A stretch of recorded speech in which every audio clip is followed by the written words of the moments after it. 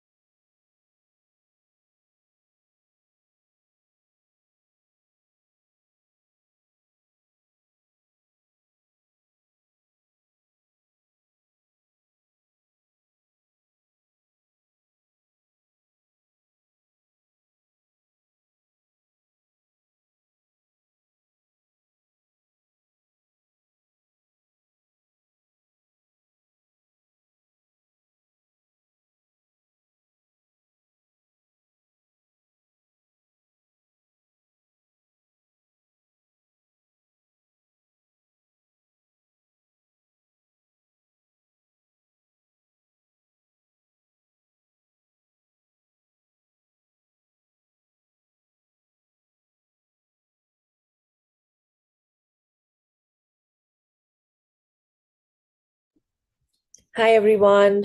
I hope I am visible and audible as well. Please give me a thumbs up or something. Wonderful. So thank you everyone for joining. I hope everyone is doing wonderful. So this is our third policy Manthan, and it is on the topic policy gaps in India's education and the nexus between the mental health. And this is basically a discussion and basically a call for action. So I think everyone knows the rules, but for anyone who's joining for the first time, we will be beginning by a cue, which will be done once you raise your hands. The cue will start, and you guys will be taking ahead the discussion. And once everyone is ready, we will have closing remarks, and hopefully, we will be learning a lot about this particular subject. Um, and this is apparently a suggestion from one of you. So I hope that everyone is extremely passionate about this subject, and I think we should begin. So please raise your hands. I think we will be starting from Ayushi. If you're ready, Ayushi, because well, Ayushi is sick and yet she is here, so that is quite brave. All right, Ayushi, I will be keeping a timer of 3 minutes. Once your timer is up, I will be giving you basically, I'll text in the chat that the time is up, and it's not supposed to be that hard and fast. It's just that you can keep a timer on where you are. And yeah, all right. So after you, Ayushi, Akshit can go ahead. It's not an issue. As long as you guys are here, you guys are participating, that's all that matters. All right, if there's, I think I've made myself clear, and yeah, so we already have a few people. And Ayush, are you there? Yes, ma'am, I'm here. All right, best of luck, Ayush. You can. Okay. First of all, I am sorry to my cohort that I won't be able to come on video because I'm abysmally feverish right now. But I hope my audio will suffice for my video. Okay, so Um, right now, India is witnessing a visible rise in student mental health challenges with emerging mental health illness in like groups from 18 to 25 specifically. So, in response, education authority, especially CBSC, have begun strengthening school level mental health provisions, but yet again, implementation gaps and um, systematic inequities still persist. So, CBSC has recently revised affiliation norms, making it mandatory to appoint one mental health counselor per 500 students and one career counselor per 500 students. So, that itself makes 1 is to 500 ratio, which, I think will be very overwhelming for that mental health professional and and he or she will be overburdened and overworked. But it does recognize the importance of mental health urgency through standardizing training and qualification norms, but it only applies to CBSE affiliated schools if we look at that. Excluding like most state board schools, it also largely focuses on that 11, 12 students cohort, excluding the younger cohort. And again, the funding is still a problem. It's still a matter of question. CBSE also runs seasonal helplines and telecounseling services during board exams, offering kind of toll free emotional support and stress management guidelines.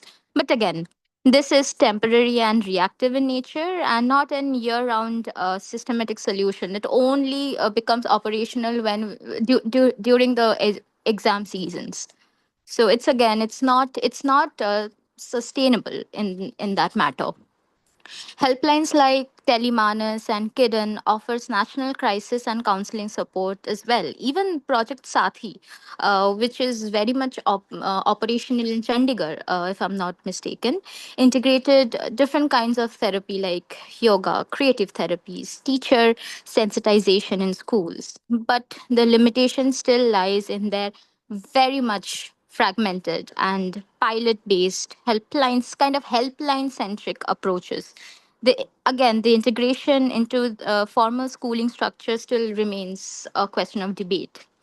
So thus, I would say to conclude, I would say that that India has taken important first steps, baby steps, as a matter of fact. But current mental health education policy remains very much fragmented, very much uneven, even reactive, and very insufficiently resourced. Even though it's first steps, but it still needs a lot of attention. Yeah, that's about it. Thank you. Thank you, Ayushi.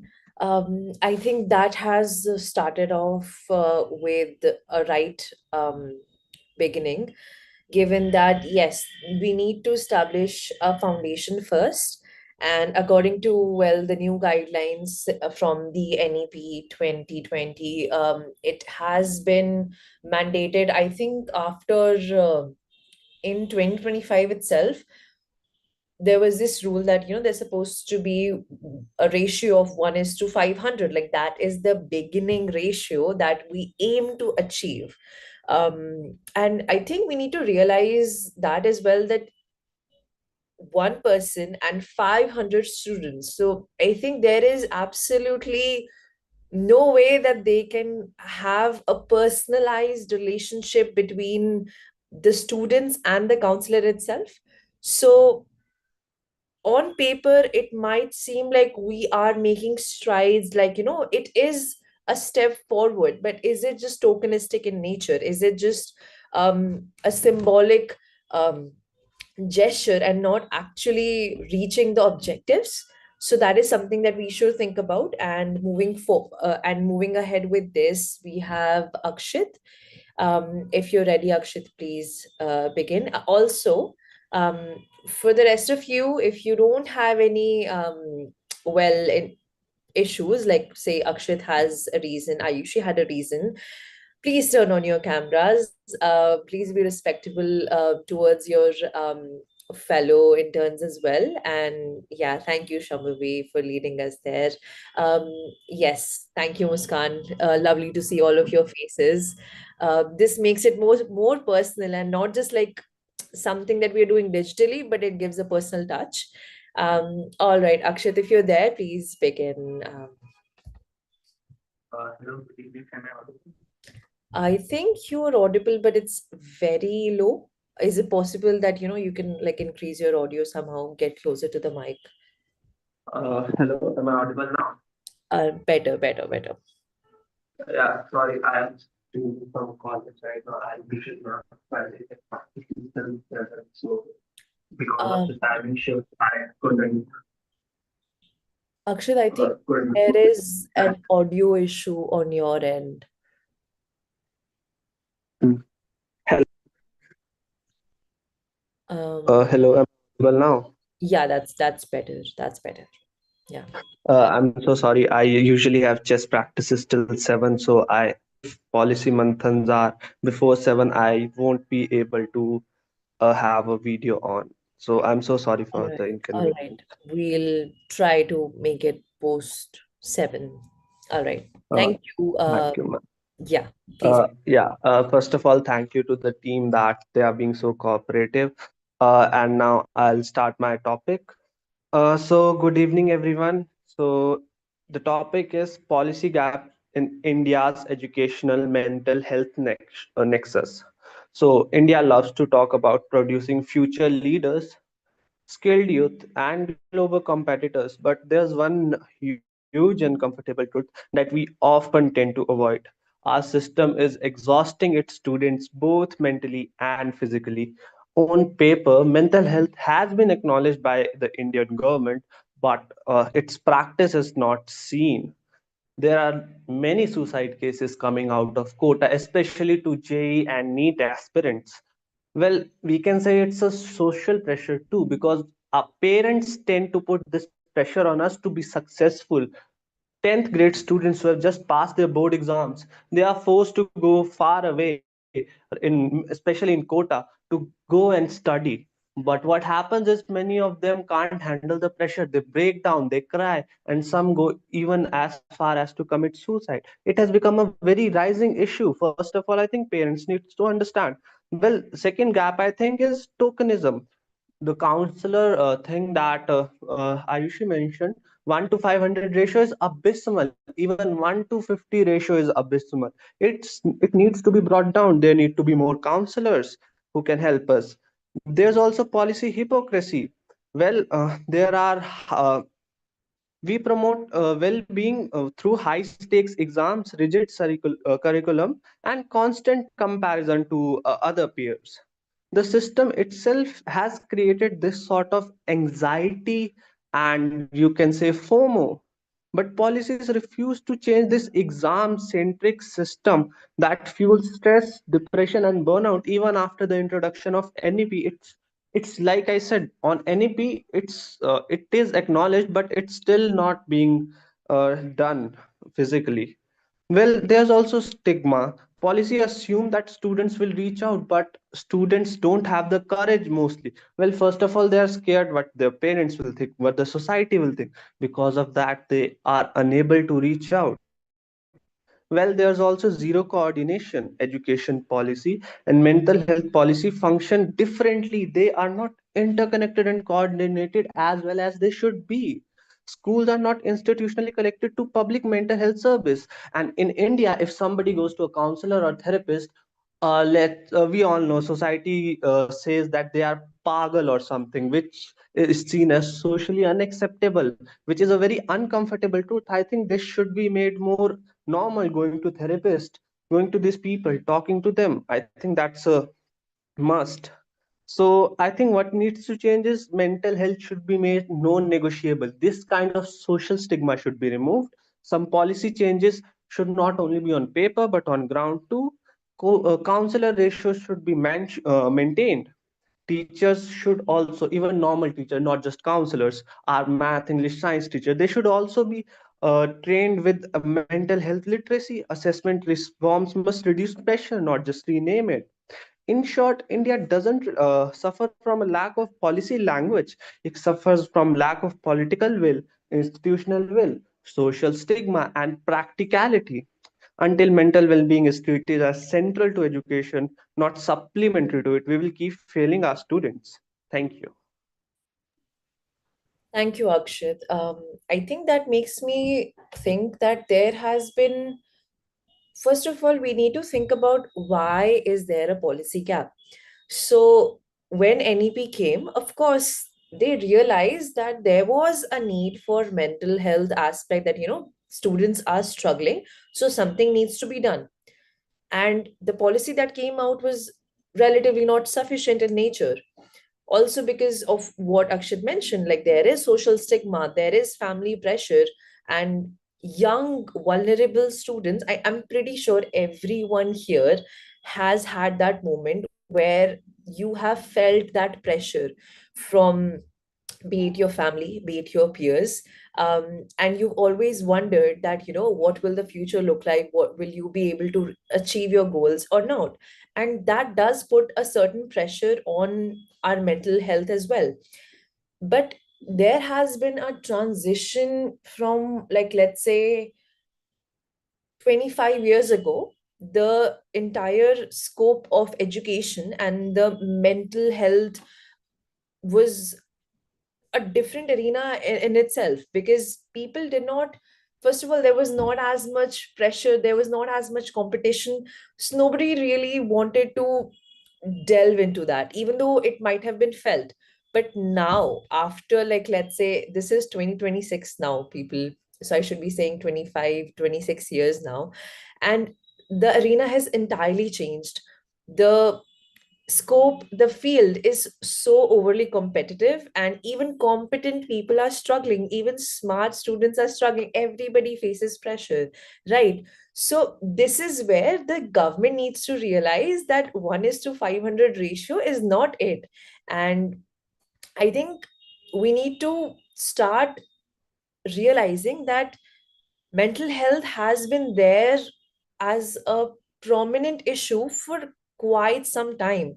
And what Akshat mentioned, I'm sure that everyone here is aware of, like, the quotas, suicides as well. And I'm sure everyone has heard about some student in their circle, and hearing about someone committing suicide, because everyone faces that struggle and some of them break through. And that is just sad. Anyways, with that note, let's move on forward. We have Mugda.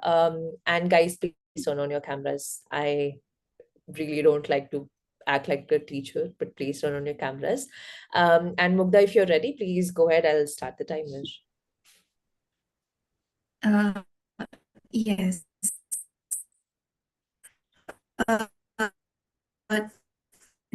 I think, Mugda, there's Do some. you mind if I turn my camera off? I'm operating Yeah, with very poor connectivity, so if I turn my camera, my voice will break.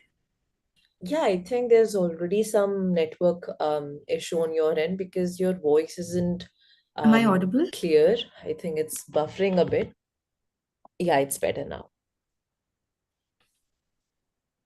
Yeah, okay. Please let me know if there's a problem. Yeah, okay. Sure. So to Okay. So to start with, I would like to start with something optimistic here. NEP 2020 does explicitly mention a lot of things about student well-being and holistic development and mental health. Certain initiatives like Manodarpan, Manas, all of these things have even tried to integrate socio-emotional learning into frameworks. But as Ayushi and Akshat mentioned, 2023 saw almost 14,000 student suicides, which is the highest figure that we have seen in 30 years now. Kota and all those metropolitan cities have become coaching hubs of the country, where competition is so intense that students sometimes struggle with their lives, quite literally. And I think the gap exists because not that there is a fundamental flaw in the way policies are designed, but it's the way that we refuse to acknowledge that our ground reality is not ready to implement those policies to begin with. When NEP 2020 talks about holistic development, it automatically assumes that schools have the resources to implement something like this. And as previously mentioned, the mandate of the CBSE mandate of 2025, which talks about 500 is to 1, the ratio. Actually, the WHO recommends 1 per 250. So we still have a very long way to go. And the schools in our country, they are judged by board results and entrance exam success rates. A student's mental breakdown might delay their exam preparation, but it is never addressed systematically. And in fact, that is not even what's determining a school's reputation or ranking. So even when the policies are trying to mandate mental health support, the system's metrics pull it in the opposite direction. Another thing that I want to talk about is teacher training. Teachers spend almost 7 hours daily with students. They are the first line of observation, but they are not equipped to be the first line of support. They cannot identify early signs of depression or suicidal ideation. And they, even if they can, they don't know what to do about it. There's also the stigma that is embedded in our country. We have built a system that glorifies rank and percentage, where a 95%, somebody who has scored 95% feels inadequate because someone else got a 98. The coaching institute culture, like I talked about previously, creates environments where students will study for almost 14 hours daily. Mental exhaustion is bound to happen. Another thing is social media has genuinely increased mental health awareness, but there's also misinformation and things like that. So I'm a student of psychology, and from whatever I have studied until now, there are all of these definitions of mental health disorders and other issues come from the Dictionary of Psychology, American Psychological Association. I genuinely think India should develop something like this on their own in more regional languages, which is more accessible, something like this. And so that the stigma around mental health evolves and disappears eventually. Uh, Another thing is that, again, we don't really have the funds to implement the kind of policies that we are talking about. And we have seen some international examples like Finland and Singapore, that they have integrated well-being as a core educational outcome and not something that is a supplementary add-on to the education system. They talk about student life satisfaction, and mental health education is mandated from primary school. So I think the CBSE mandate is a good decision, but at the end of the day, we do need some kind of structural integration to actually bridge the gap between policy design and ground reality.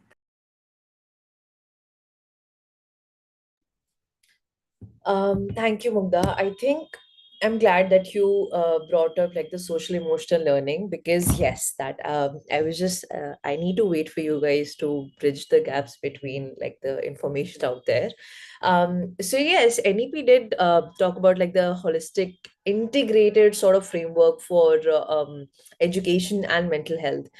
So I think you summed up pretty well that we need to understand now, where does the problem lie? Is it because there is a social stigma? So people are not aware, they are not acknowledging the problem.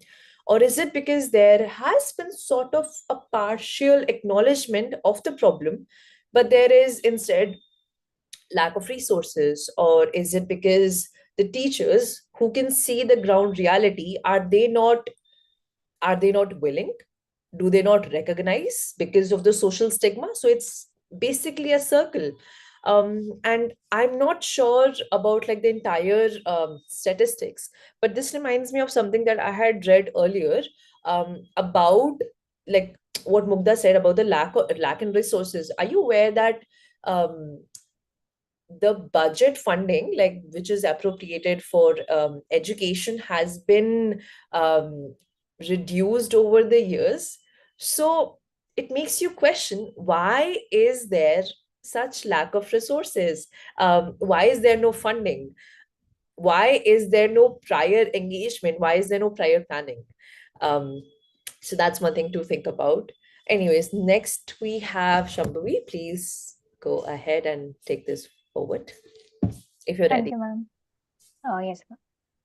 So I'll start with a simple quote. It is an African saying that the child who is not embraced by the village will burn it down just to feel its warmth. So this quote captures a simple but powerful truth. Emotional neglect does not disappear, it accumulates. And today, when India's education system, we are witnessing the consequence of a long-standing stigma and policy neglect of students' mental health. From a theoretical perspective, if we look at it, Amartya Sen's capability approach reminds us that development must not expand only to education or material resources, but also human capabilities like psychological security, emotional well-being, dignity, all of that. So education, therefore, should not merely produce skilled workers, but emotionally resilient citizens who are empathetic towards the environment, towards themselves, and towards others. Yet in India, education policy continues to privilege marks, ranks, and competition while ignoring the emotional development segment. So, to understand this, I'm quoting another theory. It's from Antonio Gramsci's concept of hegemony. It is initially was for the state politics, but if we look at it in the mental health sense, it is argues that dominant ideas become common sense through institutions like schools. In India, we have seen the hierarchy of academic and hegemonic culture of marks, examinations, competition, and which leads to a normalizing the concept of burnout, anxiety, and depression. And like we say that it's normal for a student to burn out because that's the need. They will not succeed without that. But that's emotional neglection. This has serious consequences. I would like to quote some data. According to the National Mental Health Survey 2016, nearly 7.3 Indian adolescents suffer from mental health diseases, but less than one third actually seek professional help because it is stigmatized because they don't have the resources, as Mugdha mentioned. And plus, they are vulnerable, they belong to the vulnerable section, so it's normalized over there. So let me briefly highlight three policy gaps that I find. First, the absence of structured school-based mental health framework. NEP 2020 talks about holistic development, but before 2025, that is also 1 is to 500 ratio of counselors. There's no trained counselors, mental health units, or referral systems in school that actually work or implement on day-to-day reality. As a result, emotional distress often goes unnoticed until it becomes a crisis, until someone commits suicide, we don't notice it. So, second, we would talk about inadequate teacher training. Um, Other than counselors, all the teachers, like someone else also mentioned, should be trained in basic mental health. They should be empathetic, first of all, because teachers, they give us trauma sometimes. They are very nice, also sometimes they give us trauma that we carry lifelong. So that is that teachers should be emotionally intelligent and very emotionally intelligent and therefore are readily equipped to identify and respond to psychological distress. And fragmentation in education and health policy. So mental health lies under Ministry of Health and education lies in Ministry of Education. So there's a systematic separation creates policy silos and coordination. The human cost of these gaps is stark. The NCRB reports a continuous rise in showing suicide linked to academic stress. What we need is a systemic reform, not symbolic concern. We need a national school mental health mission, mandatory councils, mandatory mental health training for teachers, and curriculum integration of emotional intelligence. So, because education should not create anxious or achievers, but confident and compassionate, capable citizens. Thank you so much. Thank you, Shambhavi. That was very well put. I think before we move forward, so the statistics that I had mentioned earlier, so I feel like it's my um, job to at least tell you like the right statistics. So yes, it's recommended that we're supposed to have 6% of the GDP, which should be contributed towards education. But sadly, the Department of Higher Education, the share fell from 2.5% to 0.91% in 2024. So there has been a decline in the share for education. And even UGC, the one that handles, well, masters and everything, higher education, their budget was declined by 61% recently. So why is there a lack of resources? Why is there a lack of funding? Why is education not prioritized when we are well aware the importance and significance of education? And if in a country like India, if education is not as prioritized, then how can something like mental health, which cannot really be seen, it cannot really be measured, it's not quantifiable, how can that be improved? So with that, next we have Dhriti. If you're ready, Dhriti, please go ahead and please turn on your camera. Hi, so actually I won't be able to turn on my camera today because I've joined through my laptop and the camera does not work in that. I'm really sorry. Yeah, I've been there actually. It's fine. All right, if you're ready, please go ahead. Yeah. So, okay, so as we all know that India is home to the world's largest student population. So more than 250 million young minds are sitting in classrooms who are actually behind a number, their marks. And it is not a normal thing or a good thing because it's just an invisible burden behind that. So the anxiety before exams, the fear of failure, the stigma, it is just captured in that mark sheets. And though we see it just as a mark sheet and every year we get, different marks, it still shapes our lives very well. So according to the statistics, if we go by, so around the suicide is the leading cause of death among Indians aged from 15 to 90. And when we talk about less than 1% of schools have trained counselors.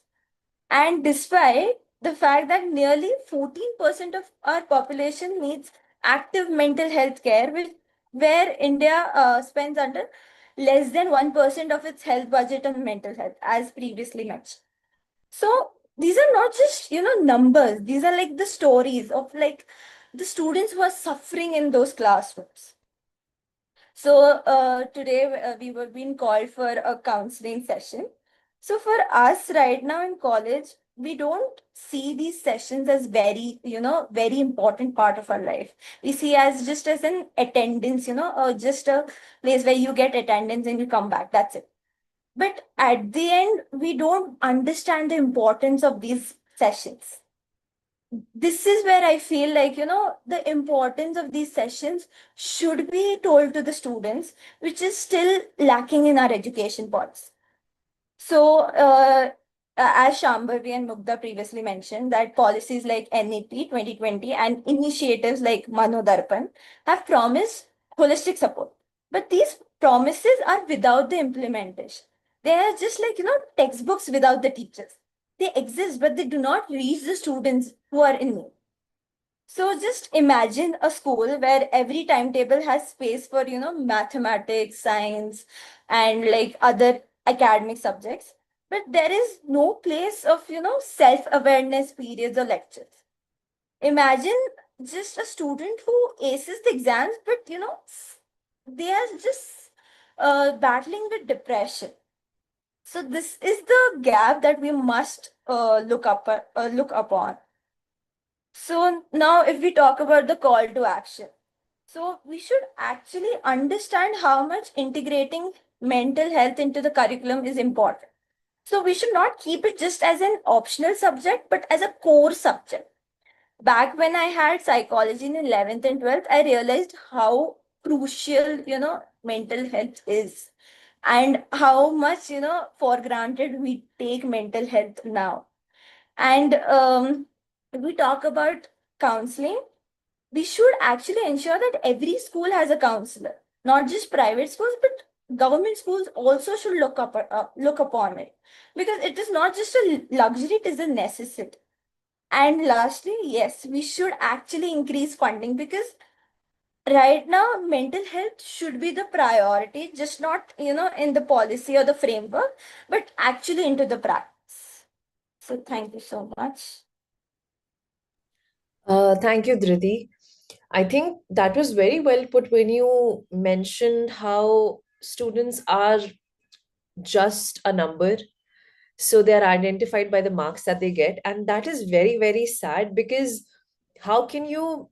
So one thing I've learned from like these policy months are how unique and interesting everybody's brains are. Like everybody uh, pursue something in their own unique way. So how is it possible that when you're evaluating a student by their let's say their intelligence, how is it possible that there is only one way? So I think that is to say that the education system and the pedagogy of schools is very outdated, and it's just a blanket for everyone, to assess how they are in school. And I think that is where the pressure starts. Like let's say if I get these many marks, and like let's say if I get 60%, and if my friends gets 80%, I will feel inferior. And for students who are um, lacking awareness, they don't know who they are yet. And I mean,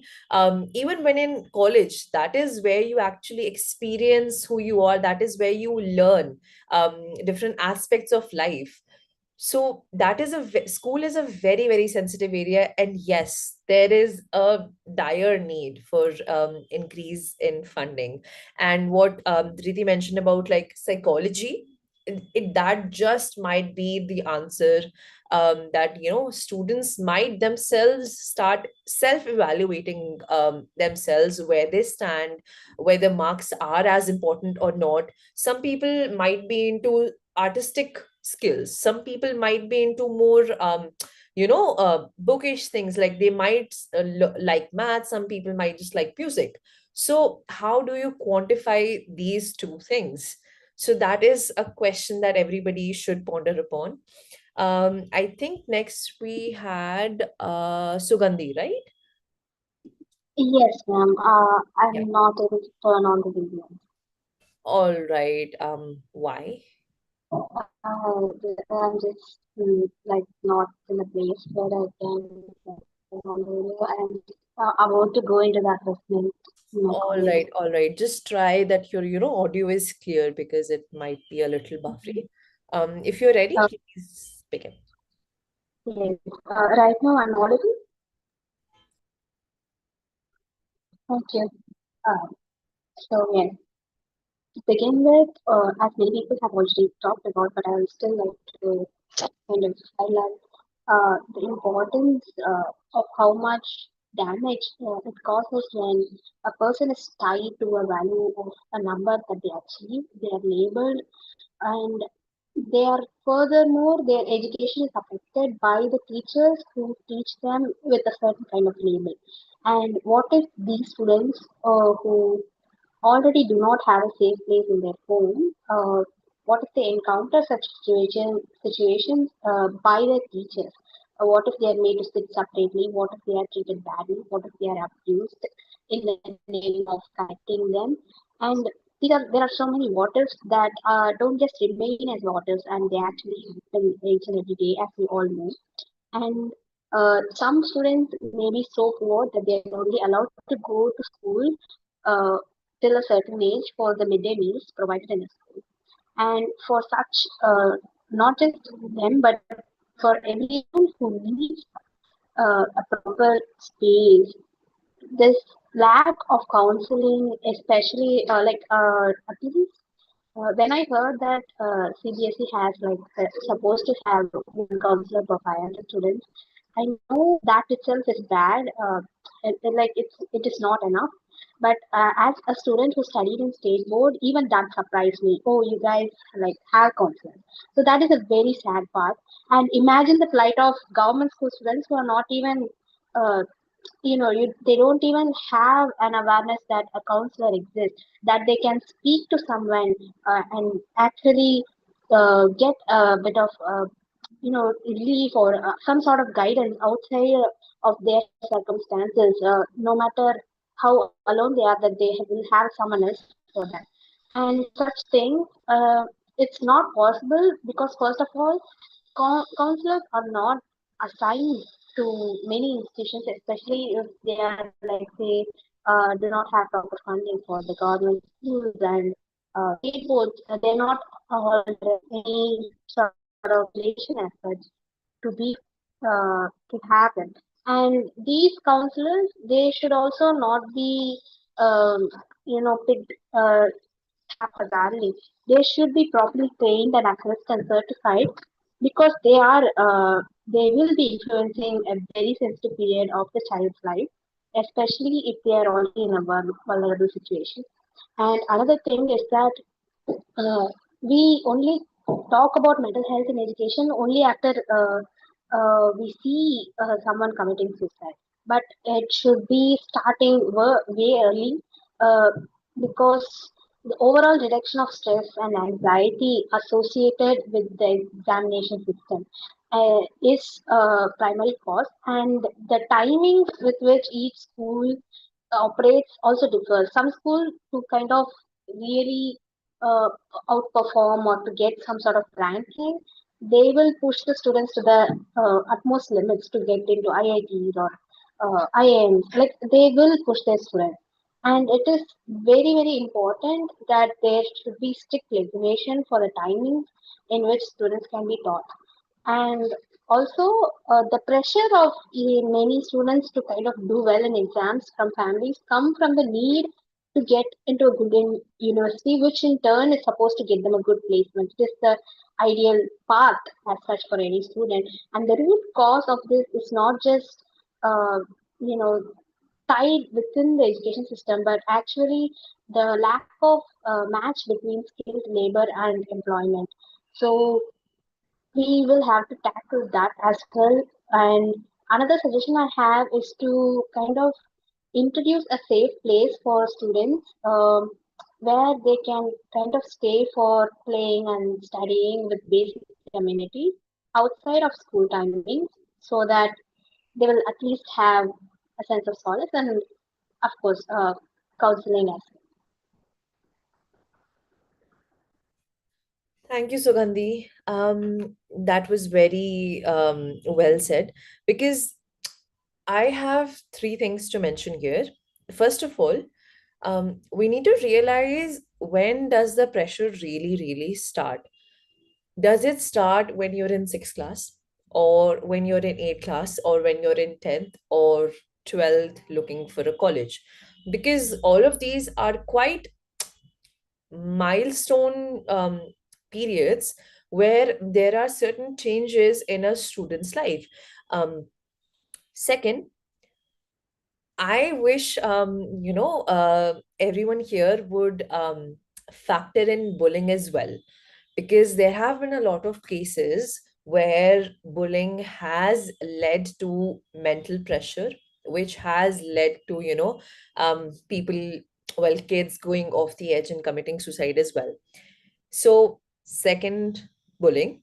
Third of all, um, I think we need to realize that, when we are talking about mental health, we need to also realize that just talking about something might not be the solution. Say, I think Ayushi mentioned the physical component as well. So I want you guys to factor that in as well in your speeches, that how can, like, the physical component have a direct benefit on mental health of students? Why is it important? And can that be a solution to what we are proposing? Can that be a way that we can fill in the gaps without having to raise resources, because that is so sustainable and it does not cost anything, just a few tweaks. So with that, next we have Shivangi. Shivangi, if you're ready. Am I audible and visible? Yes. I don't think you're visible. Is she visible? I've opened my camera. I don't know. I mean, can you like turn it off and turn it on again? Because I cannot see you.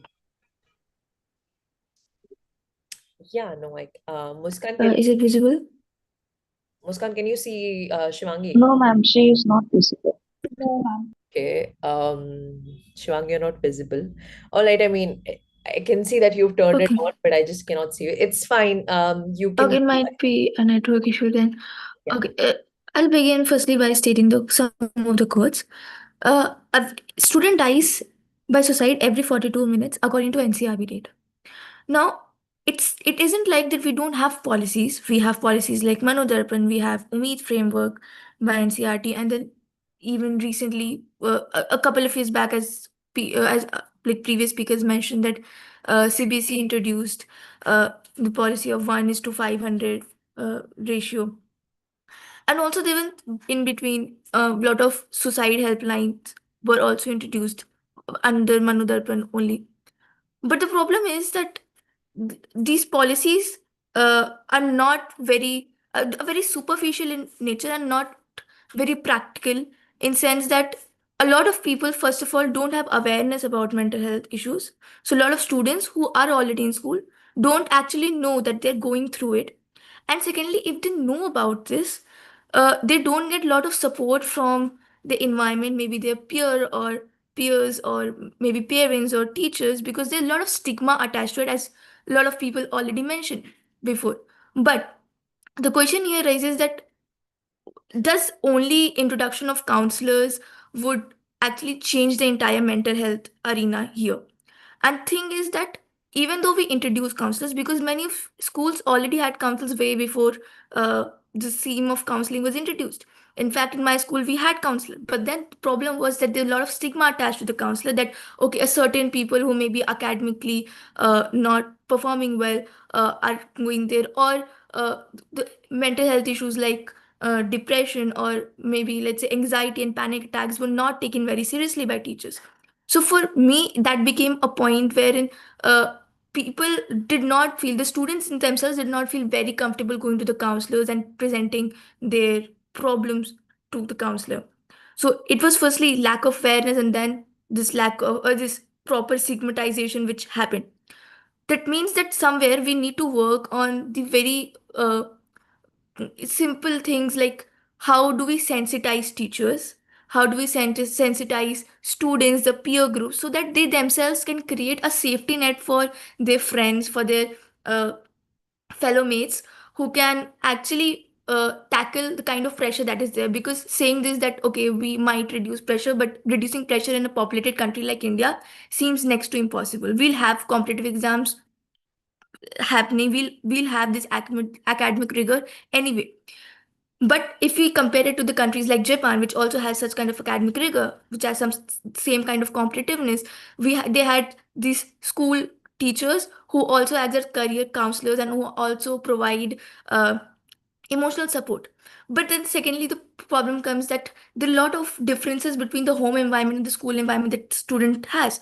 So that means that there needs to be a strong teacher parent connection. That is, this nexus needs to be strong, so that a child, a student that is there, can actually have this safety net coming from their home itself. For that, a strong connection with family members, a personal connection of the teacher with the family would actually help these students to uh, you know get better, like have a better mental health, and like tackle these issues properly.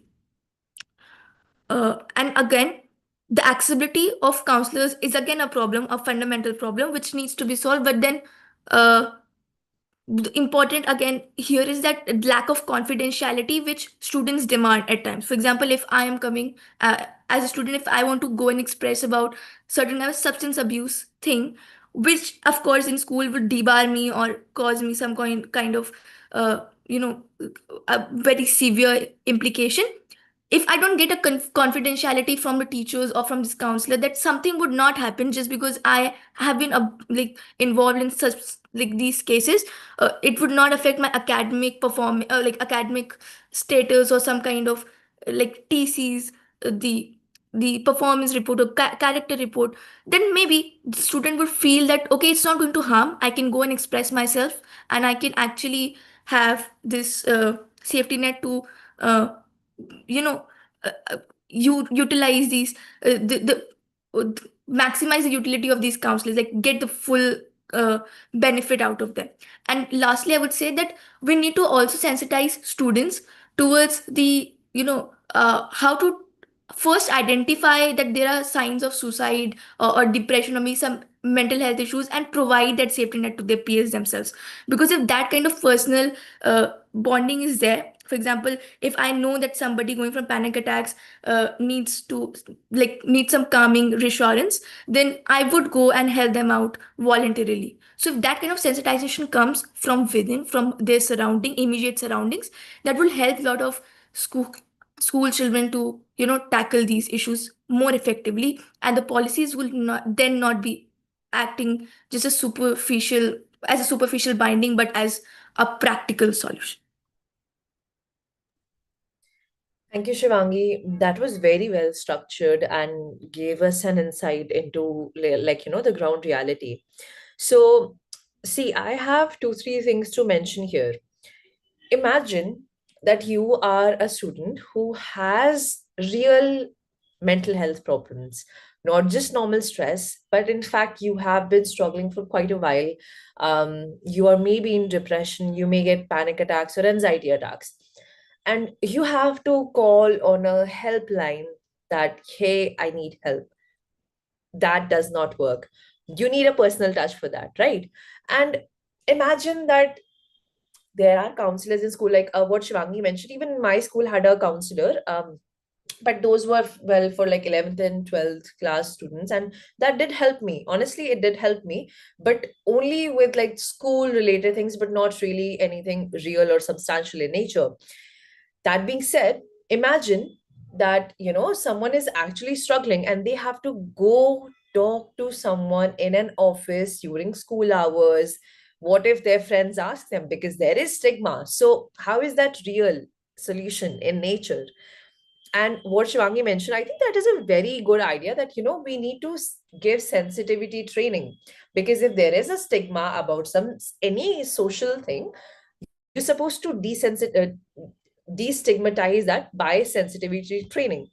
That being said, that is well understandable and acceptable on paper, but will it actually work? For it to work, we need to have incentive programs. Say your teachers, if the school is going to train the teachers, they need to give them incentive, that it's not just a seminar that you're supposed to listen and be like, "Ki, हाँ सुन लिया निकल गया," and they will actually not care about the students. But if you I'm pretty sure everyone in their school had one teacher that they sort of connected with. Maybe that teacher, if he were a counselor, you would have been able to open up with them about school thing, family things, whatever, any kind of social pressure. But they need to be incentivized, maybe a pay raise. And not just teachers, but with your fellow students as well. There could be, well, the students could come together. There could be a collective of people who are willing to help their fellow students and give them sensitivity training, and they can take it forward like a society or something. This could be done in like colleges or schools or whatever. But there needs to be real incentive, because you cannot just tell people that we'll train you, you'll have to do this because it's your job. You will have to incentivize them, and only then a mechanism, a framework can actually work, when people have foot in the game as well.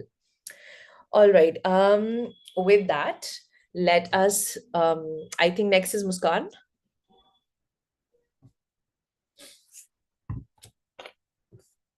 Good evening, everyone. Let me ask you a simple question. If a student is scoring really good grades, attending all the classes regularly, and meeting the deadlines, do we automatically assume they are mentally okay? In India, we often equate academic performance with the well being. But behind all those good grades and attendance lies a real issue that we hardly or rarely discuss. That is increasing anxiety, stress, emotional isolation, and burnout that the student faces. So, this brings us to an urgent issue, that is the policy gaps in India's education mental health nexus. To be fair, mental health is no longer invisible in policy discussions. NEP 2020 has focused on mental health and considered it as an important factor in the holistic development and education.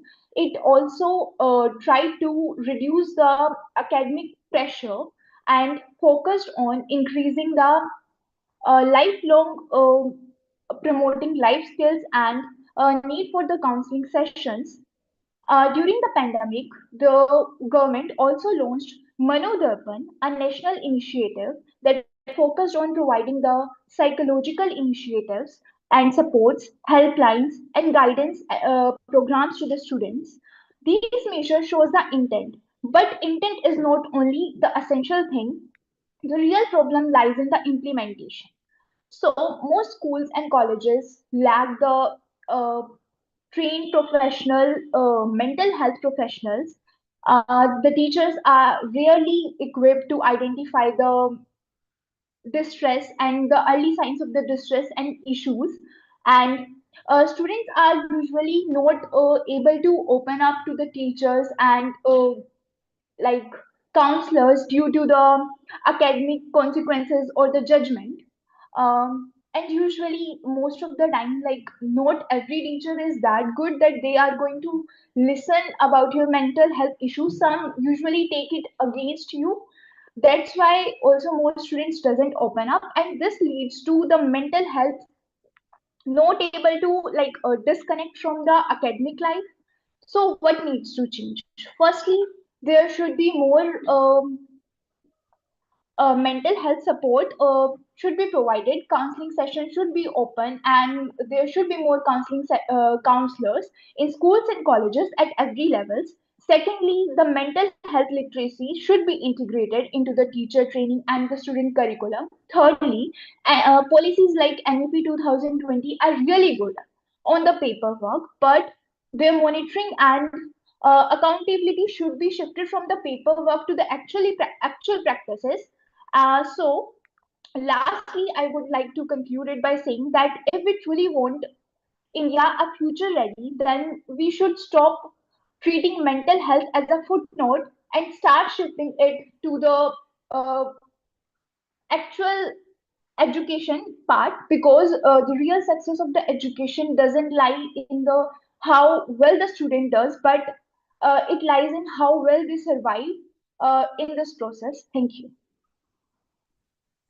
Thank you, Muskan. Thank you for summing up the relation between intent and implementation, and how with effective framework and through accountability the system can become more real and effective on in terms of actual progress.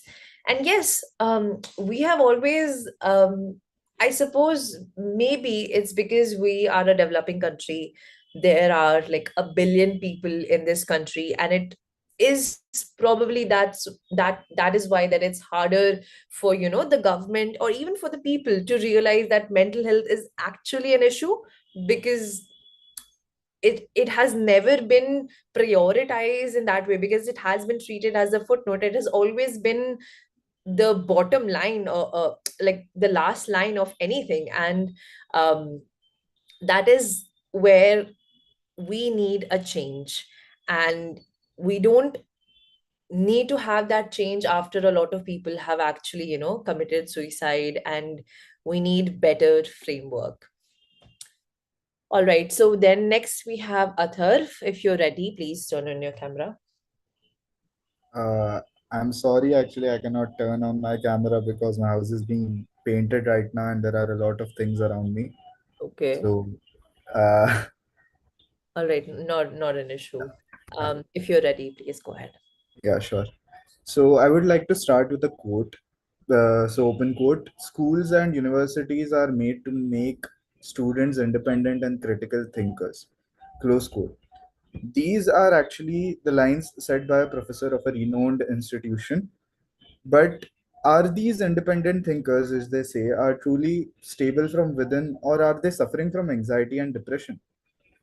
So, according to a survey conducted by NCRT, 8 out of 10 students they suffer from exam related anxiety and are aged between 15 to 18 years. According to Nimans, 20 to 30% of them they suffer from severe anxiety. So there are many factors which affect this because the students themselves they are not aware at that time that the course which they would choose after 10th or the skills which they would learn are actually employable. So the anxiety will persist till the time when they till the time that they won't get assurance about what they are doing is right or wrong.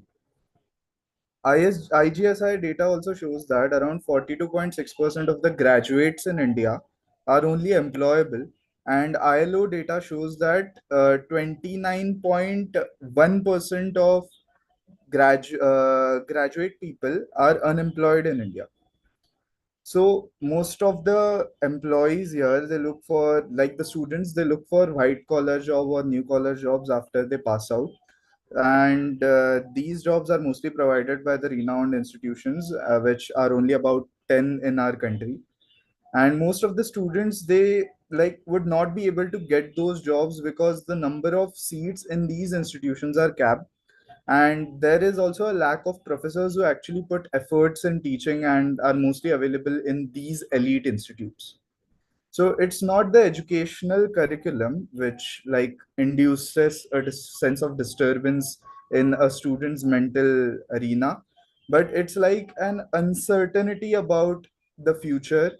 Also, there are over expectations of parents due to increasing competition, and there is constant comparison among students because of the digital overexposure. So to tackle this, UGC has implemented some guidelines in around 2022. They asked each and every institute in India to have a student service center to manage stress and emotional adjustments of the students. Also, NEP 2020 added various vocational subjects, which actually help students enjoy some time from their hectic schedule. But at the ground level, I think that each and every student they must be taught about assessing mental health of their peers, as the students are generally more open to talk about what they are going through with their friends rather than a formal authority. There can be workshops for students to have some peace from their hectic schedule.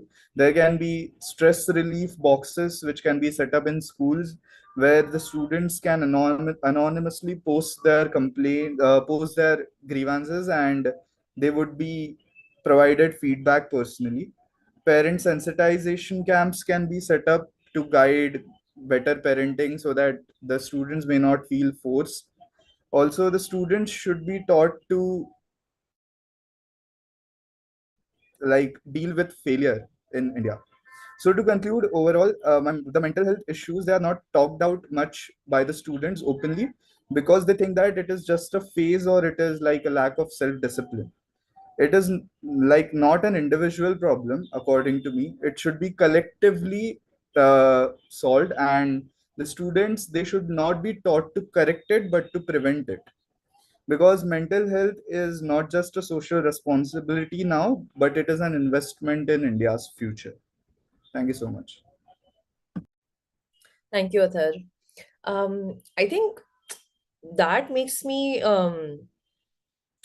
begin this thought as well, that for the longest time, I wasn't aware what anxiety was. Even though I had previously experienced it, I wasn't aware that that is what anxiety was. But now that I know what anxiety is, or like I've heard about like panic attacks and like anxiety attacks, I still do not know how to deal with it. And all of us, we have faced certain mental pressures, but we still do not know. Although, say there is an awareness problem. There is not an awareness. And then we solve that problem. There is awareness. But what then? What is the way forward?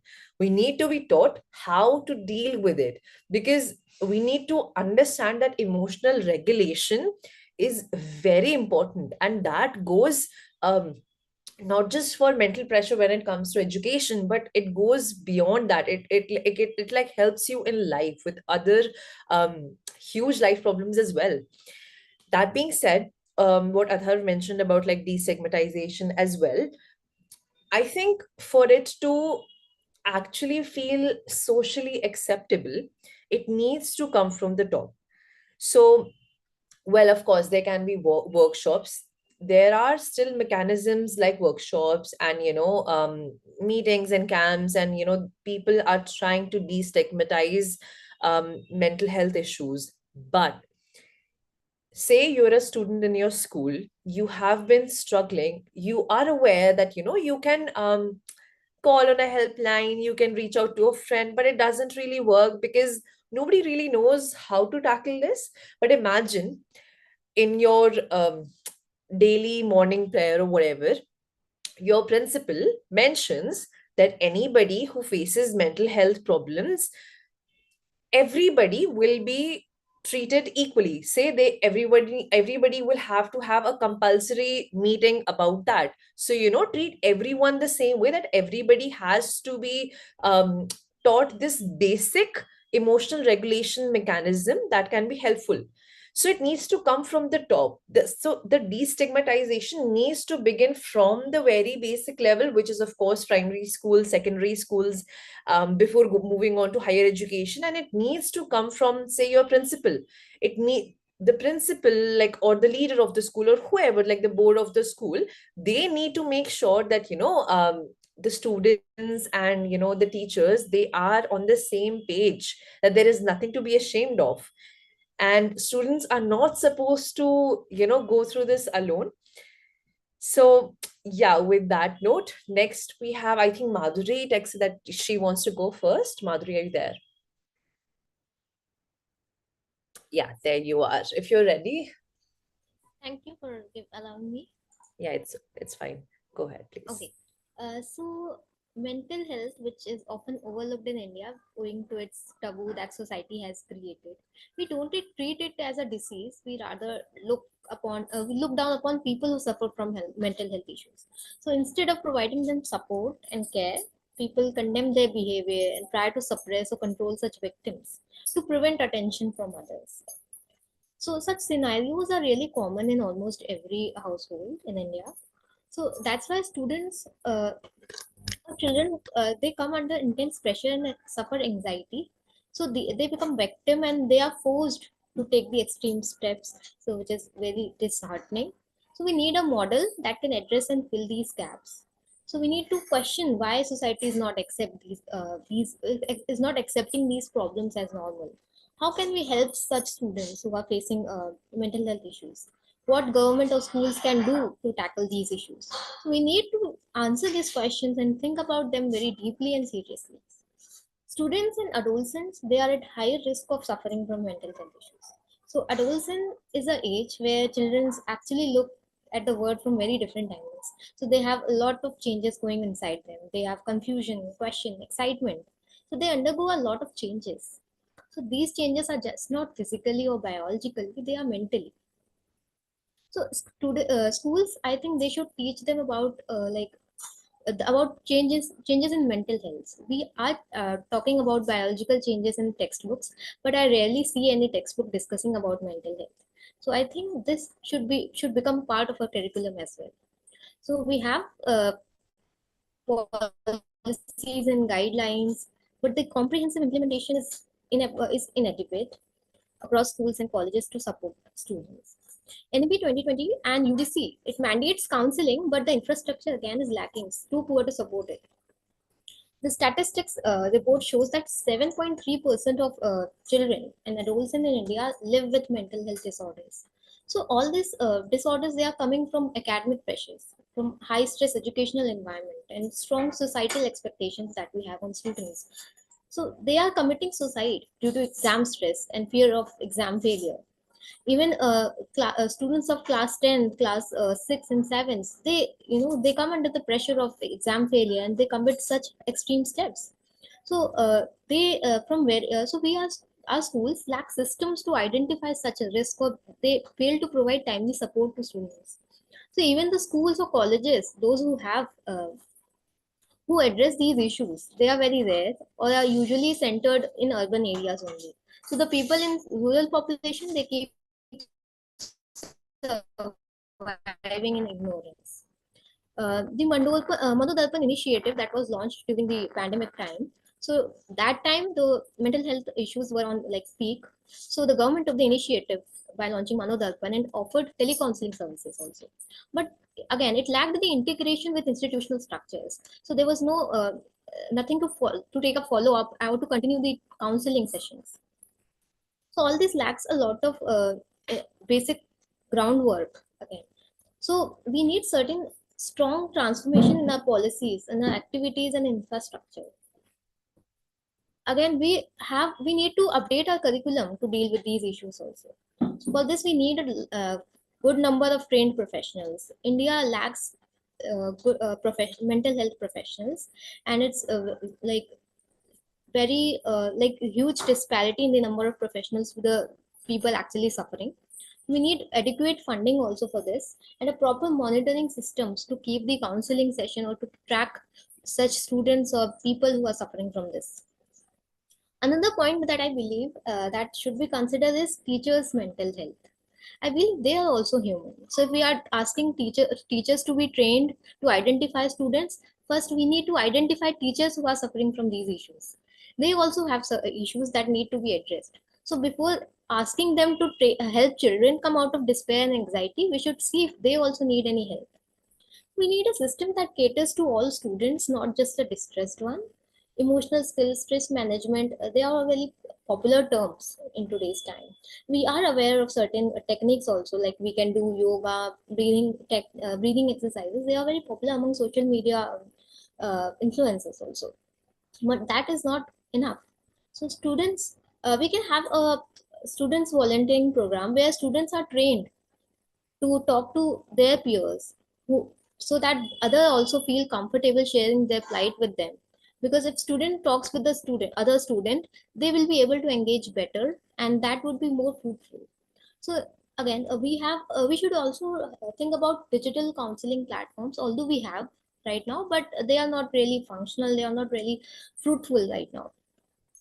We need actual working and actual good digital counseling platforms that really does anything.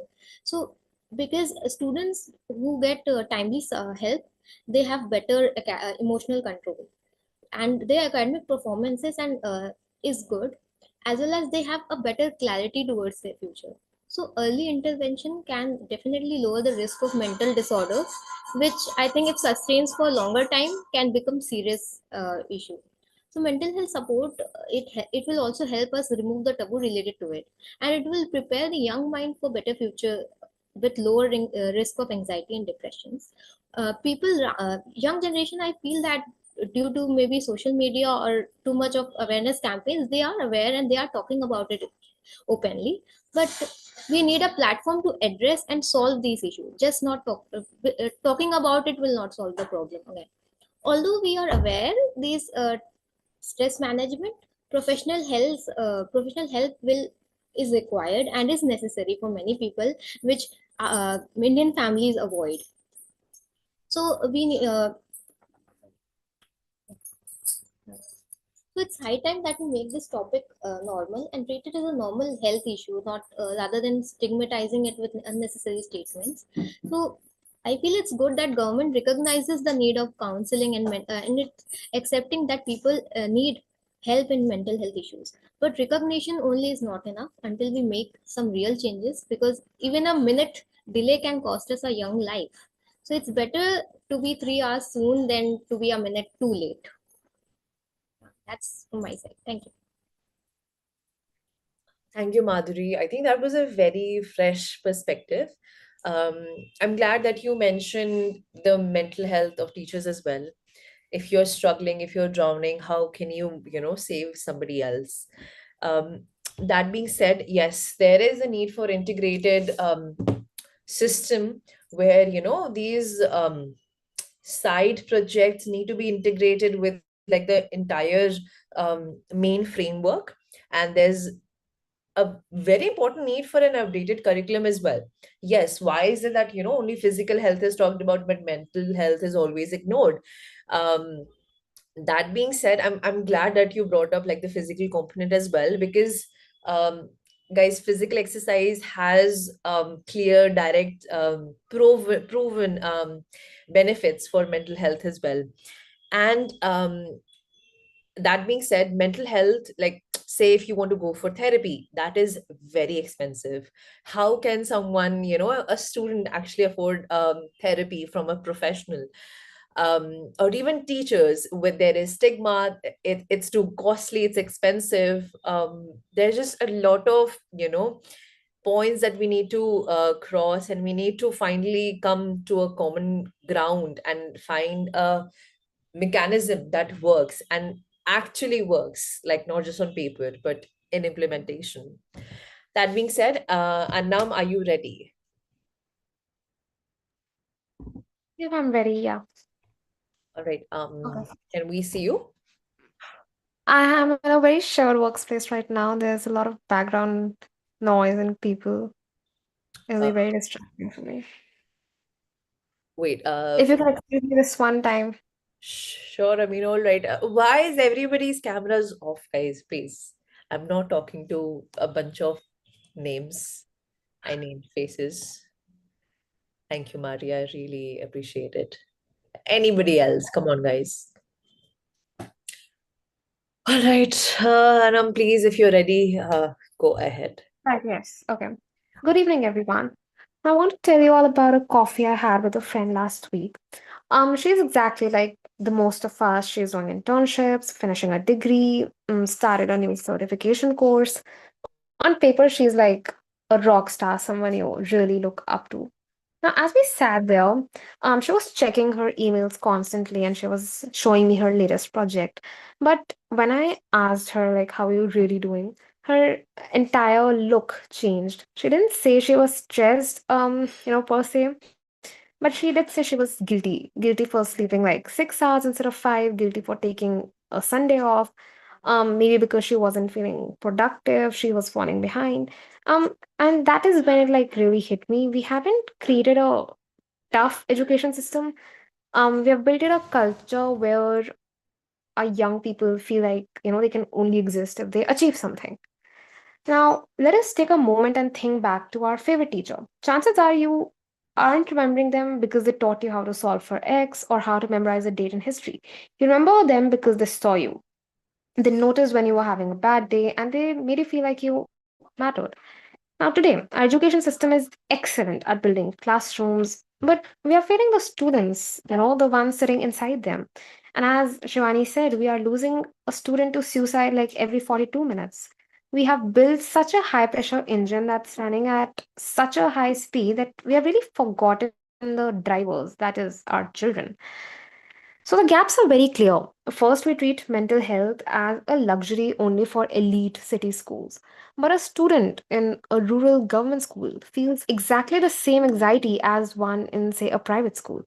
So mental health support shouldn't exactly depend on your geographical location or a PIN code. Now, the second is the funding void. While we do have the Mental Healthcare Act 2017 and the National Suicide Prevention Strategy, mental health still receives like a very smidgen, like 1% of the total health budget. In our schools, mental health is like an unfunded mechanism just there for the sake of it. Now, second, we have created a percentile culture. When we tell a child their entire worth is tied to a 1 3 hour exam, or in my case, a 2 hour, CLAD exam, the law entrance test one, we aren't like really testing their knowledge. We are actually gambling with their self esteem and confidence. So if we don't bridge these already existing gaps, the demographic dividend that we boast about or talk about becomes a burden. Untreated mental illness in youth will like cost the Indian economy billions in not only like lost productivity but the human cost as well. as well. The 18.8% of students who have already considered suicide. It's too big to just miss it. Now, my call to action is very simple. Mandate mental health periods. If we have time for math and sports, we must definitely have time for social emotional learning. We need to teach kids how to handle failure as early as we teach them how to read and write.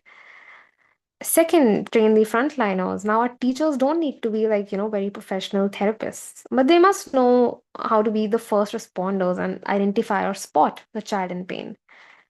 Third, just end the stigma. We must stop asking how much did you score, what was your percentile, and rather ask how you really doing otherwise. Now, these appear very simple, but they're very effective in hindsight and might do wonders to a person who actually needs it. So, a student who's struggling to breathe under the weight of anxiety cannot meaningfully learn. Our children are more than just data points or number bearers for the economy. They're all human beings at the end of the day. So let's just bridge these gaps and build an India where our schools don't really just produce toppers, but happy humans. Thank you for being such patient listeners. Thank you, Anam. That was amazing. Drawing from your own personal experience from a friend, and I'm pretty sure everybody has come across, some friend who was in need, who looks, um, that they're doing well, but when you actually talk to them and you realize that, everybody is struggling, everybody. Just because someone's happy, just because someone's seems happy. Does not mean that they do not struggle. And yes, what Anam mentioned and what Atharv had already mentioned, we need to teach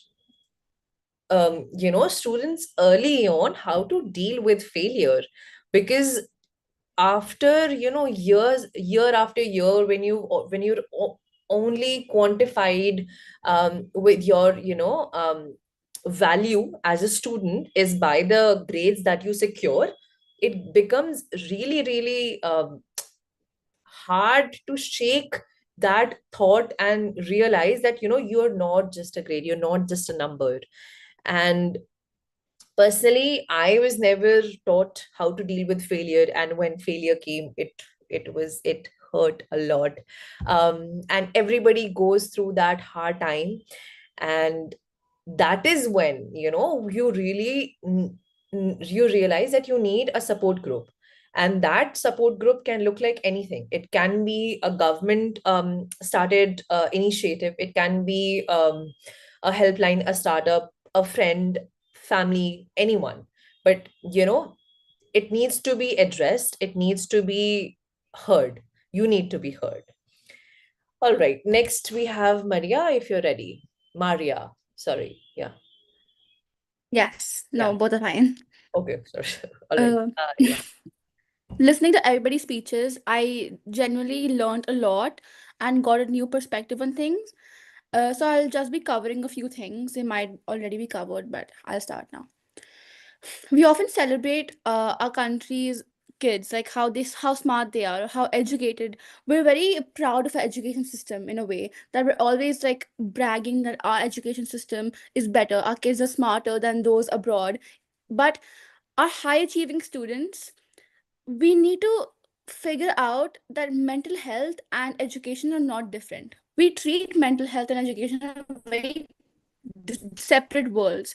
But the truth is, a child cannot effectively study if they're struggling with extreme depression, academic pressure, anything else. And despite some progress, there's significant gaps that we can't ignore. So I feel like some of those would be a counselor to student ratio. So if private schools may have a counselor, but there'll be one counselor to a batch of 60 or 70 people. But most government schools still don't give a counselor or a therapist or uh, so that the kids can talk to them. They don't have those in their schools. So I think that needs to be there.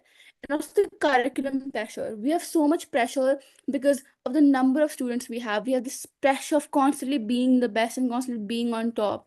So prioritizing that kind of rote learning, and this marks at all costs, that we have to get this kind of grade to sort of be someone somewhere. I feel like that kind of pressure needs to be taken off. I see kids who are in seventh grade, sixth grade, struggling with the fact that they got like an 80 on their exam, which is still a pretty good grade. And second of all, I think teacher training. Teachers deal with students every day. They are the only, I feel like they are the ones who know which kids are like what. And then when they need to be taught and they need to be trained to notice patterns or signs of some sort of mental health issue so that they can respond and take further action. And also the rural and urban divide. While like urban schools are still sort of developing or taking or talking about therapy or mental health, but rural students or rural education policies don't have that kind of provision at all. That needs to be worked on. And we need to take a call, we need to make decisions as policy makers or as deciding. We need to integrate mental health awareness and mental health initiatives as a part of our education policies with funding and accountability, so that students don't, and students, teachers, and everybody, do not take mental health as a second option. It needs to be a priority. And we need to destigmatize. I think everybody's talked about that. Destigmatizing is really important, because when we make topics that we can't even talk about, this is so important that we need to talk about them, we need to solve these. So destigmatizing would be a primary thing that we take on. And a community approach, we need to have an approach that we involve parents, we involve teachers, we involve everybody, so that they can have workshops that move parents away from putting performance pressure on their children. They need to realize that their children are not just some machine that they give exams and they get this grade. They need to realize that they have lives, they have brains, they have emotions, like we all do. Our students are more than their exam results. They're human beings. Their emotional needs need to be met. And then we cannot have a developed India without with a generation that is burnt out or broken before they even enter the workforce. So bridging these gaps and treating mental health as a fundamental right is a key priority. Thank you. Thank you, Maria. I think understanding that was very fresh, in the sense that, we have so far covered mental health and education as different categories altogether, and they cannot be studied in silos. There cannot be a policy that only tackles one or the other, or maybe most of one and like some of the other. But yes, that is very true, in fact. And yes, education and mental health, they go hand in hand, and they cannot be, catered to in different silos. Next we have Anshika, if you're ready. All right, if you're ready, I'll start the timer. Best of luck. Hello, good evening, everyone. First, I would like to start. Like most of the points have been covered, but I just wanted to share one of my main thoughts, which is that since the suicide rate in our country has been increasing rapidly, and it is not being like not something right is being done about it. One of the major reasons, according to me, is the communication gap between the parents and the children. Like in the earlier stages when we are studying in schools, we are told like which stream we have to choose, and most of the parents want, they still want their kids to have like take science so that they can have a better secured future, as being made a taboo by the society itself. But in my opinion, this is not something right. Like we are burdening the students, like parents, they are burdening the students themselves only. And by blaming the others, parents are also at a really huge disadvantage, where there is a mentality being made by them that only this kind of education field will help their children succeed in life. I will share one example of my own friend, my college friend. Like we were having a discussion regarding like what was their interest in school, and she told me that she first had interest in science, but after that she took art stream because she was more interested in how the actual policy making and stuff works in our country. But the surprising part for me was that her parents never denied her choices. Like it was very surprising for me, because most of the other people I have communicated with till now have told me that their parents at some point of time have restricted their choices and have kind of tried to impose their own ones. So that was kind of a fresh thing for me. And in my opinion, since the suicide rate has been increasing a lot, it is majorly due to the stress and anxiety which is being imposed on the school students. Like for example, even like it was a very like a viral case where one NEET UG Air 1, like he committed a suicide because he wasn't able to achieve and do well in the NEET PG, and that made him kind of insecure about his future because of the huge expectations being made by the parents and the society itself. So, in my opinion, this load of expectations should also be reduced, and uh, say the budget allocation in our country regarding the mental health is also not well achieved, which should be more, so that more psychologists and more counselors can be made available to the children, so that they can actually let out their own thoughts, which they are not able, or I must say they are not comfortable to share with others, since in our country people are kind of see it as, like, a psychotic thing where a person is actually sharing his or her own feelings. So in my opinion, this should be done, and even the Mental Health Care Act of 2017 and NEP 2020 has done a lot in this sector, but still the gap remains, and the parents should also do something for the children. And for the children part, even though cyberbullying has also been very common, like bullying is also one of the major reasons why people are suffering so much of the mental anxiety. So in my opinion, for that too, these kind of communication gaps should be minimized, so that a better kind of a secured mental health well-being is being made for the children as well as for the other people in the society. Thank you. Thank you, Anshika.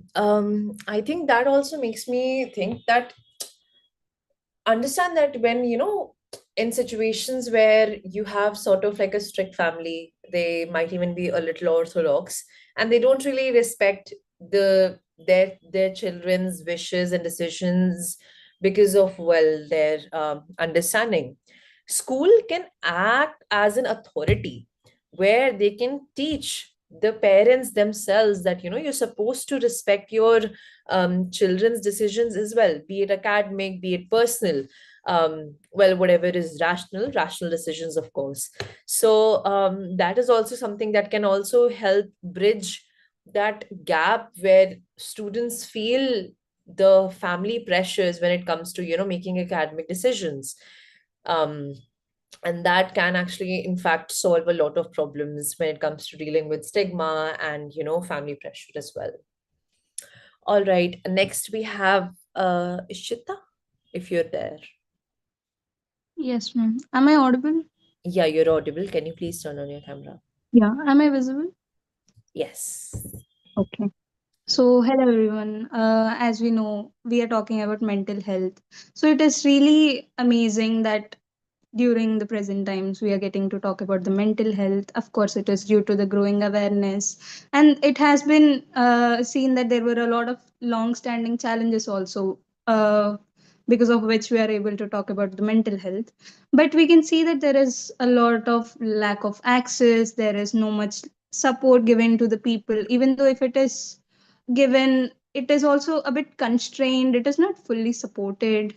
And we can see that, as I've observed in many statistics, it has showed that before the pandemic of COVID, there were less awareness programs regarding mental health, but it was seen as a benchmark year where after that there were a lot of initiatives taken to spread the mental health awareness and stuff.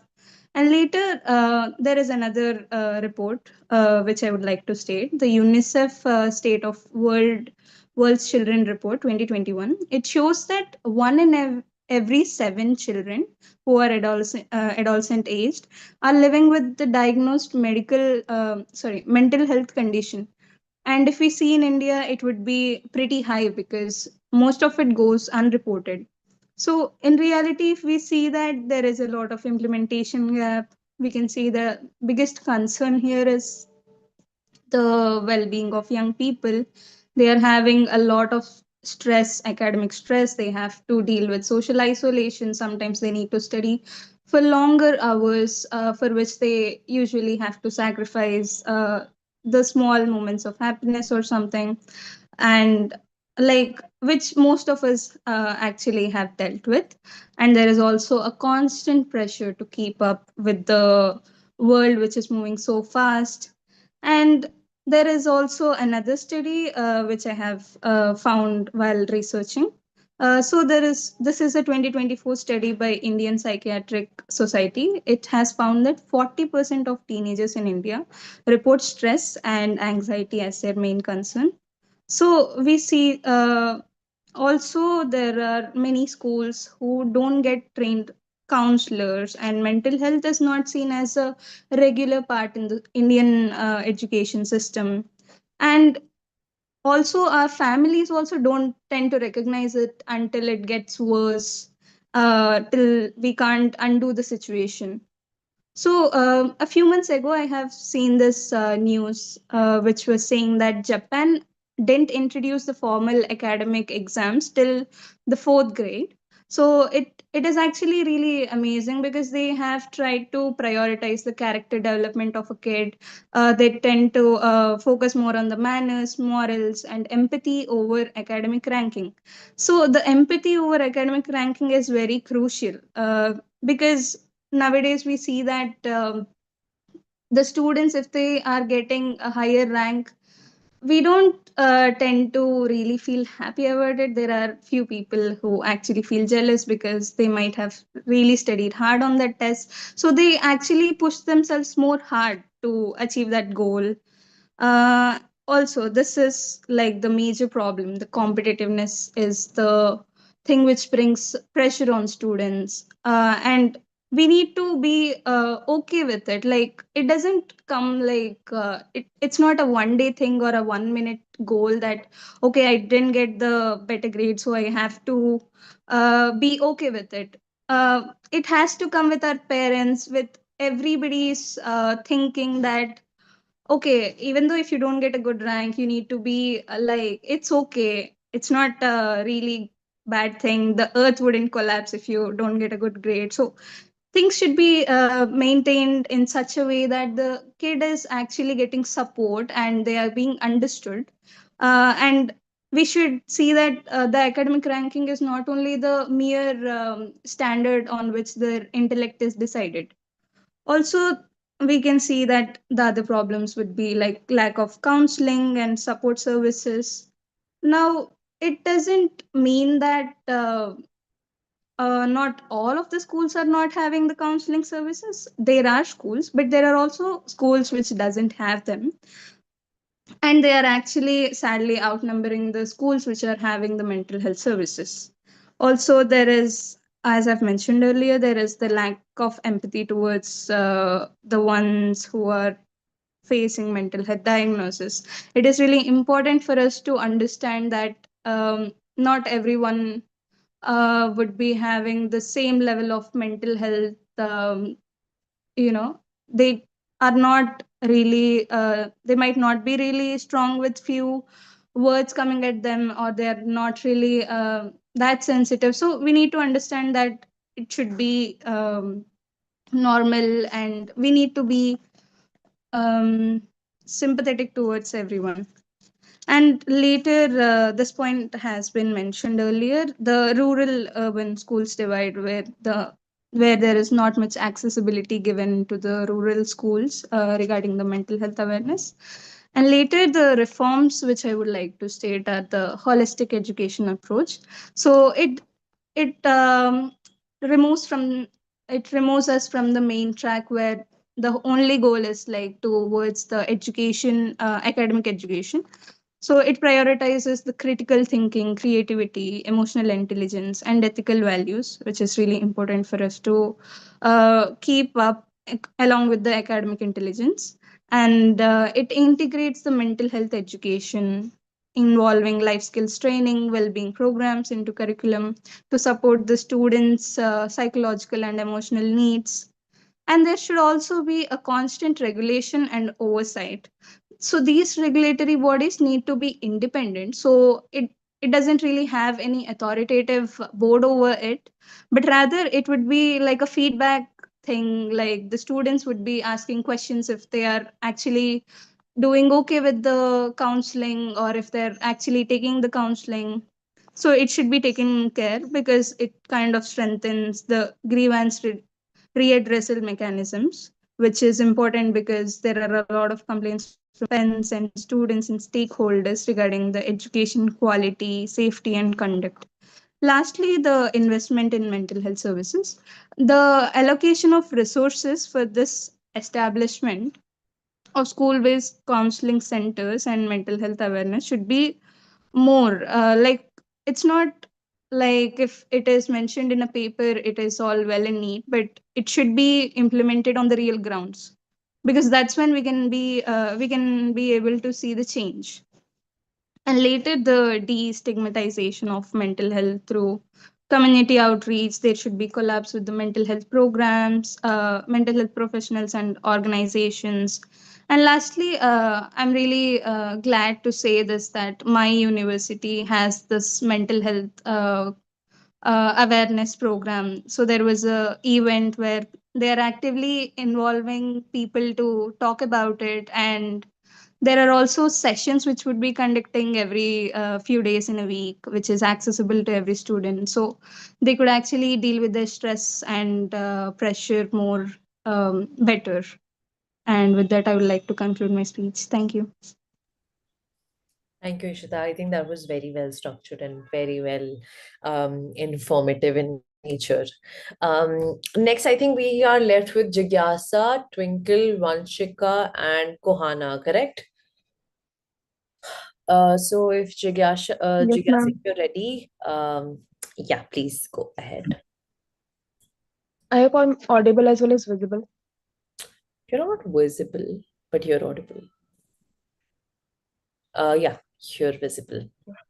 Okay, so the topic policy gaps in India's education mental health nexus. I believe that this topic is very important and needs some urgent attention as India has largest youth population, which makes this topic even more important to discuss about. And still, we prioritize marks over performance, marks over minds, and performance over psychological well-being. This mentality are the cause of rising anxiety, depression among children, and also I believe that when students face anxiety or any such depression, we face it hard to find any one to whom we can share these concerns and find out solution. And generally, parents not take this topic too attentively. They tend to ignore it. Not even in society we find any good solution uh, for it. And also, our education system is not equipped to protect mental health, nor our society is ready to come up with such a good solution for it. And reasons for anxiety basically are academic pressure, competitive exam, social expectation, and uncertainty about future. Yet there are lack of counselors, structured mental health programs. So I think we need to start normalizing this topic, and we need to talk about it, discuss the problem faced by the children, and also we should try to find out some good solution. For this, I believe that government should also take some initiative by well-structured national education mental health policy, uh, through which can guarantee student where access to good counselors, and even in the curriculum, uh, so emotion embedded social well-being should be mentioned. And also we should ensure that teacher do not only teach student but also assure that they will nurture their minds so that we can turn classrooms from so that we can transform classroom from just measuring grade to measuring to nurture children in a way that we can see growth, dignity, and mental well-being in them. Thank you. Thank you, Jigyasa. I think everyone here agrees that we do require government regulation for this. And before I forget, I think I'll shout out to Shambhavi because she is the one who suggested this particular topic, and we decided that this was, of course, very imperative as well. So for everyone who is new here, and like this is the first time you're attending the Policy Manthan, if you guys have any suggestions, we are ready to take into your um, well, suggestions in mind, because we want you to speak about something that you're especially passionate about, be it coming from personal experience, something that you want to learn and you want to learn through this medium. So be it. So yeah, you can like please like text me whenever you feel like that's something that you have a suggestion for us as well. Anyways, next we have Twinkle, if you're there. Yes, ma'am. I'm audible. Yes, you're audible. Not visible though. I'm not in a good network, so that's why I'm not on my camera. All right, guys. I would have loved to see you all. Chalo, koi baat nahi. All right, Twinkle, if you're ready. Yes. Mental health is an issue which is raised in day-to-day life of students. But students' mental health should be the first priority of the education system, in my opinion. I have seen in CBSE Rule 53.5, it says that school must have schools must appoint a full-time healthcare teachers or a counselor. But I have personally seen in my school there was a single counselor for the whole school, and most of the time she was busy in doing uh, organizing the functions for the school, or busy in other work, not privatizing the health of students, mental health of students. According to me, India is still not getting serious about the mental health. Parents still thinks that their children are making excuses for not going to schools or not wanted to study further. Uh, the there is a lack of resources. There should be a proper information provided to students, how to express themselves, what they are feeling, for where from where their mental health issue is coming from, how to deal with that. uh, the students should student Most of the student are not aware of the mental issues they are dealing with. Due to that, they take some steps that are not good for them, not for good for their future. Like in my graduation, I had a teacher that was pursuing a PhD. She was very sweet, kind, loving. She mostly always uh, communicate with us, help us in education and all that. But after she had committed suicide, and we had got to know about that after a year by another teacher, which was her fellow classmate. They got From that we got to know that she was dealing with depression and anxiety situations. India carries one of the largest burden of mental disorder in globe. In National Mental Health Survey, the 70 to 92% of people living with mental health are in India. The World Health Organization report also says that 0.75 physician per 1 lakh per 1 lakh person, which is less than 1%. Uh, uh, NEP 2022 says that every education institution there should be a counseling system for handling stress, but the uh, counselor doesn't know how to the proper method, how to talk to students, how to tackle the situations of students, how they are.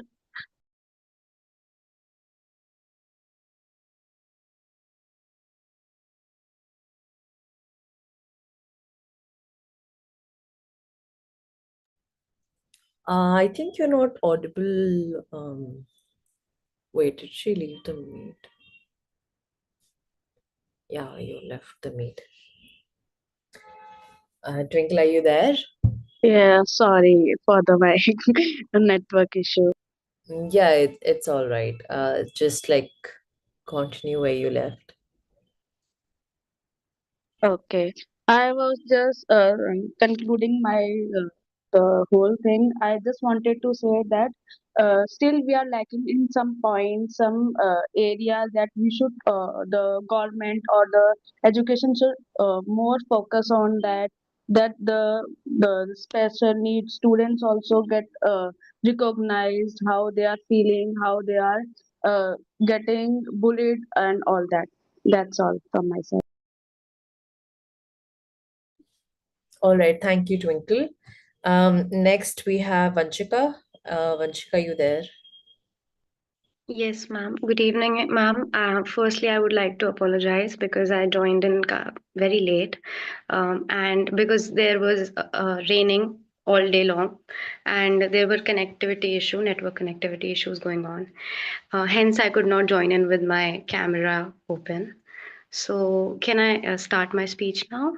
Yeah, please do. When we talk about mental stress in India, education system, it's important to understand that pressure exists everywhere, but the real difference is how systems respond to it. Let me take just one example. Finland. Finland is often discussed because its education system is designed in a way that reduces unnecessary stress, and students have fewer high stakes exams. Learning is more flexible, and mental well being is treated as a normal part of their education. If a student is struggling, support is available early. Stress is seen as something important to be managed, not ignored. Now, this does not mean that India should copy Finland. Our population, resources, and realities are completely different, but the idea behind the system really matters. In India, our education system is still extremely exam centric. One paper, one rank, one result often decides everything. Mental health support mostly appears after something goes wrong, not as a preventative step. Many schools and colleges don't have a proper counselors or and teachers through well-meaning and are not trained to identify the mental stress. So how can India realistically implement the change? First, mental health must be treated as a part of education, not as a separate issue. Counseling support should be the basic infrastructure, just like classrooms and libraries. Second, teachers should be receiving basic training to identify stress early, not fix it, but to guide the students to help. Third, assessment systems need reform so that failure is not treated as the end of students' life. The larger point is simple: an education system should prepare students not just to compete but to cope, not just to score but to survive pressure. Because an education system that looks successful on paper but quietly burns out its students, it is not truly successful. If India wants its young population to grow and contribute meaningfully, mental health and well being can no longer stay on the sidelines of education policy. Thank you. Thank you, Vanchika. You summed up pretty well everything that we've discussed so far. I think we're left with Kohana. I don't. Are you there? Okay, she is not in the meet anymore. All right, guys. We have reached to the end of our policy manthan. I think it was really more of a story.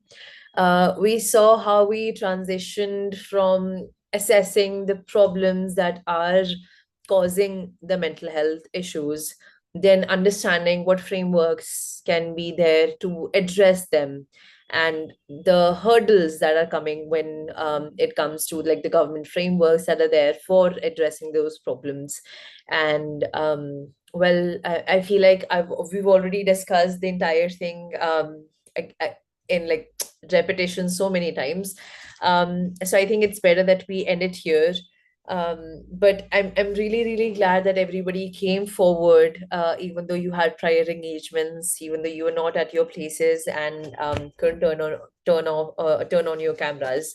But I really do appreciate every effort that everyone puts in. And so from this policy month in, we will be starting a new sort of trend. So we will be using a few titles given to the you guys. And yeah, it will be declared after this is over. We'll just send it on the group, and thank you everyone for participating. Can everyone please turn on their cameras so we could just like get a picture, commemorative picture.